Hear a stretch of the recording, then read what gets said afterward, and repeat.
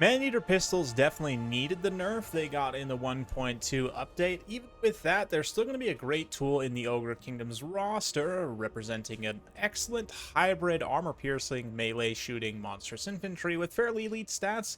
And not only that, but they also got a really excellent Regiment of Renown that has an insanely strong ability that basically means that when they're losing, they stop losing, in melee at least. Not exactly, but when they start losing, they get a significant melee attack, melee defense buff, makes them quite tough to snipe in melee. They are very expensive, though, at 1,950 points. Makes them significantly more expensive than your regular run-of-the-mill man-eaters, but certainly can be quite good. We've also got a couple of man-eaters with iron fists in this build here from Halas. I apologize, Hejlas. I actually didn't clear up how to pronounce, although apparently I mispronounced his name last time, so I apologize about that. But anyway, with this Ogre Kingdoms build here, we've got some trappers also, then in reserve some more man-eater pistols, Mournfang Cav, the Lead Belchers, man-eaters with iron fists, 2 bulls, 1 bull with dual weapons, 3 trappers, 3 regular Noblars. Up against Khorne, we've got a herald, 2 spawns, 2 cultists, and 4 halberds with a doggo flesh hound to start. Got a skull cannon in reserve, very interesting choice, spawn of Khorne. Also got, let's see here, Chaos Warriors of Khorne. We've got 3 shielded warriors, the 1 halberd, and then, yeah, 3 flesh hounds and 3 furies as well. Let's jump in and get started. Man-eater pistols in this matchup against Nurgle and also against Slaanesh. All 3 of those, to be honest, where they're not going to get countershot too much. You do have a pretty good advantage. Even the ROR, though, in matchups where you might face some counter shooting, the fact that they also have additional range, right? That's their other ROR trait besides that very strong ability. They'll give you some benefit in that way. But of course, Khorne can't respond with any range of their own. But let's see how they're able to do. They are looking quite fantastic. They're in essentially like Empire garb, right? They've got like the Empire hats, Empire colors, seemingly. So very, very cool unit. I really wish you could perhaps recruit these guys as the Empire, as like a special mercenary unit. But look at the shield there, too. It looks like almost an Empire Knight shield. Anyway, very cool stuff. Gonna make their way forward. We've got the couple of hunters not on stone horns. These guys are just on foot, throw their anti-large jabs. I've been seeing more and more people taking these guys on foot. They're pretty decent choices. They're not crazy strong. Definitely stronger on the stone horns, in my opinion, but it's fine. Khorne coming in here with all of the halberds, just immediately deploying another halberds. They get all 5 to spawn. So pretty strong build initially. I mean, 5 halberds to spawn is a good base to work from, certainly, for any Khorne build. Of course, the cultists on top of that, so it should be pretty interesting. Powder Guts are going to get into position to try and start shooting. Unfortunately, this sort of little ice tower here is interrupting their line of sight somewhat, but they can get at least a couple of shots in here. What missiles... getting a little tongue-tied here, guys. I apologize. I've been casting a bunch of games today as I'm going out of town, but anyway... The missile damage is what they nerfed, right? I believe for the man-eater pistols. I have to go back and actually double-check the 1.2 patch notes, but basically they just lowered the missile damage because their DPS was absolutely insane before. Now it is definitely still very good, but you do have to fire for some time to really have great effect, especially against a smaller target with a missile block chance like this cultist here. But, of course, once you do use up all their ammunition, they've got 110 weapon strength, elite melee stats, good charge bonus too, 50 charge, definitely not bad at all. So they can get in there and get some work done. Got Mournfang Calves moving in here, trying to counteract the Flesh Hounds. That anti-large damage will do a great job of doing so. You might think it's a little bit of overkill, but honestly, when it comes to Flesh Hounds, no such thing as overkill because they are very dangerous units, even at their relatively low price point. Let's see here. Man-eaters trying to get a position to shoot the Lord, it looks like. They're having a little bit of line of sight issues, but now, there we go. They draw a bead. Volley there will allow them to do some damage, and then the Flesh Hounds charge in. Well, Flesh Hounds are also going to do some pretty decent damage, but we're going to have the summons from the cultists, so a big pitched melee engagement here.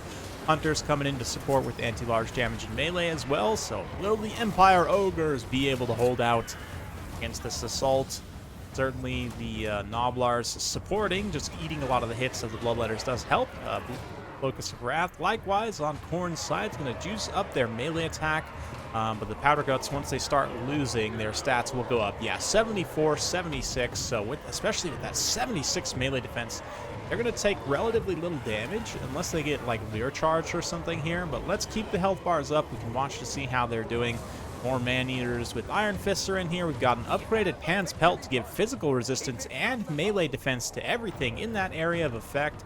I actually really like this because the Man-Eaters with Iron Fists have high melee defense already, right? 74 melee defense to begin with, so the additional physical resistance and melee defense does just juice them up even more, right? They're able to really defend, hold out against a serious assault, but this is a lot of Khorne value right here.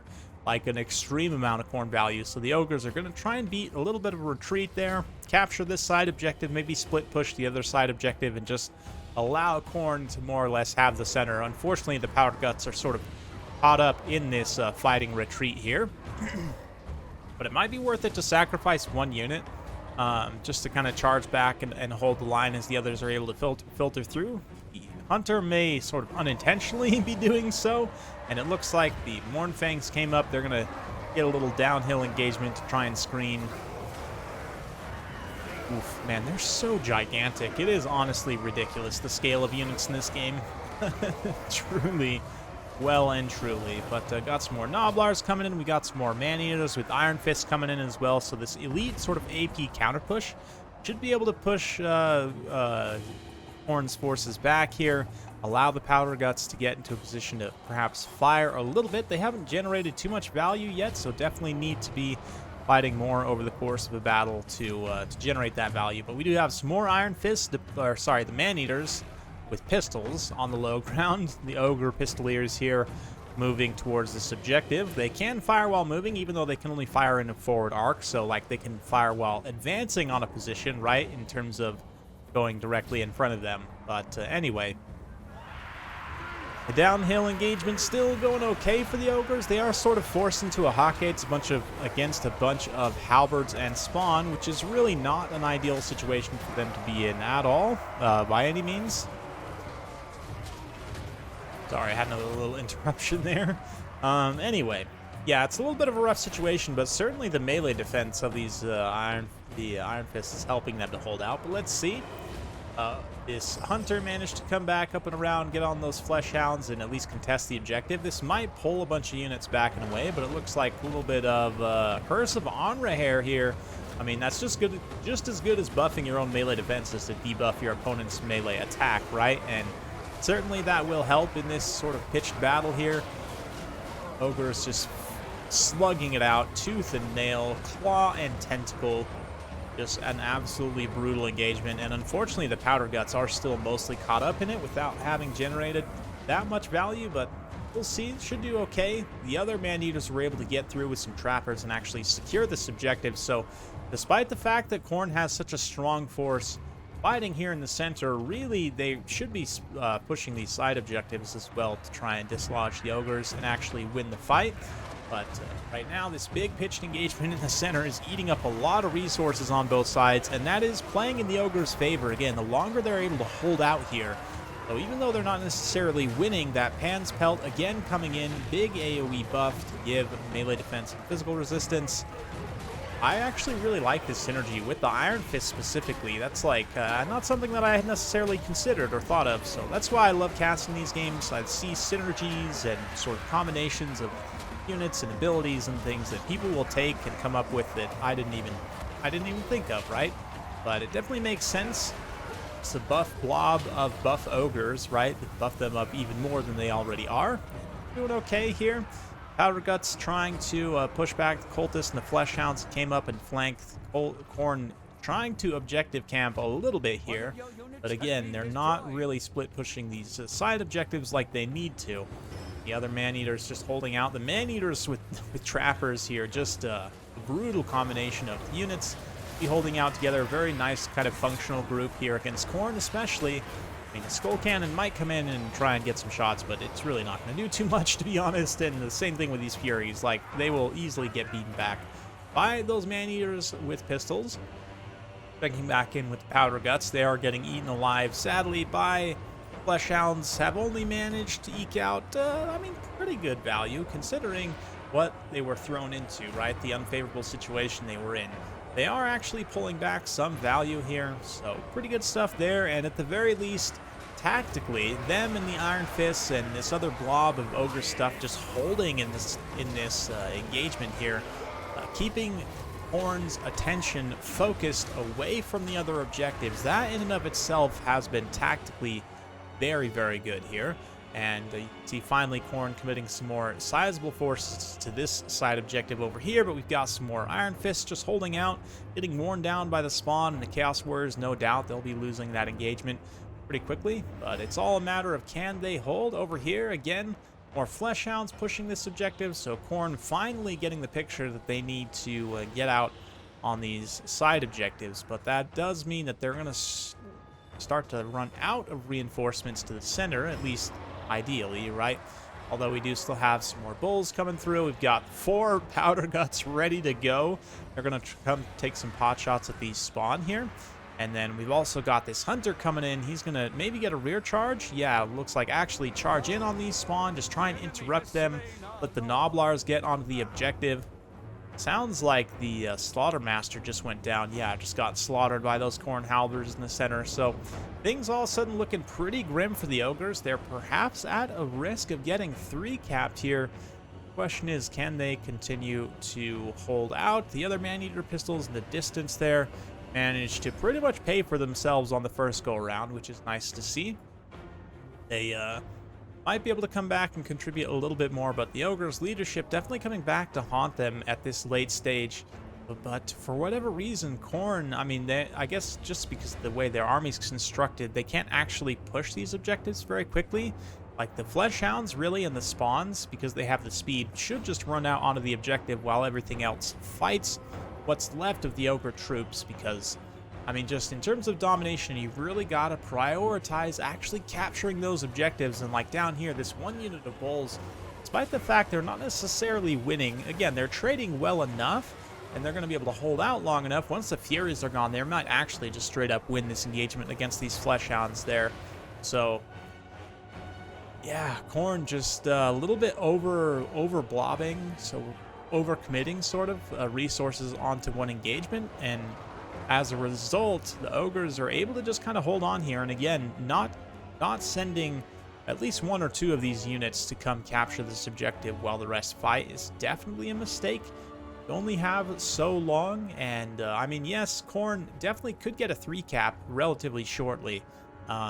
Question is, will they actually do it, right? They have the battlefield advantage, certainly, to do so. Will they be able to do so in time? It's getting close to the end here as the Ogre Kingdom's objective score is continuing to tick up at a consistent rate. This objective here going to be very important, but enough resources have been pulled away from the center that the sneaky Gnoblar grab all of these kind of slow infantry that had been wandering around in no man's land up here, suddenly realized, like, oh, we probably should have just wandered back to the objective when we were done killing all of those Ogres. But anyway, now at this point it's gonna be tough. I mean, the Ogre Bulls are coming into position here. This objective is also not being captured quickly enough. I mean, it is being captured, but especially if the center one gets capped and the Ogres are able to maintain both of these, at least for a short amount of time, that is going to be the absolute nail in the coffin here.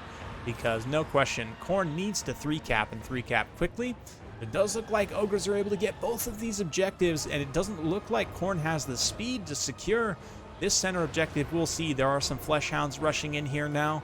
Got some Halberds moving in as well.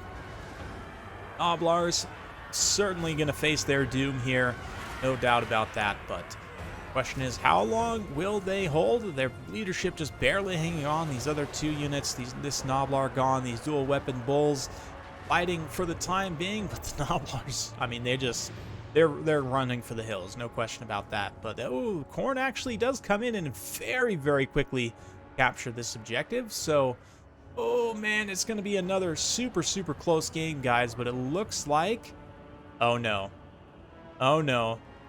that's right, folks. The secret agent Gnoblar trappers, ultra clutch. This is one reason why units with stock and Vanguard are so strong in Domination. You can do something like this where the Khorne player just barely is going to start to spot these units, and I mean, they can rush the Flesh Hounds over. They might be able to take out a unit or two in time, but let's see if the Gnoblar Trappers can secure this objective in time. The rest of the units over here just kind of chilling. I'm not really sure what they're doing. They could perhaps push and kind of just distract in the center. Speaking of distraction, this Hunter over here is also completely surrounded by Khorne forces, distracting quite a bit of value there, including the Hounds and the Furies, most importantly.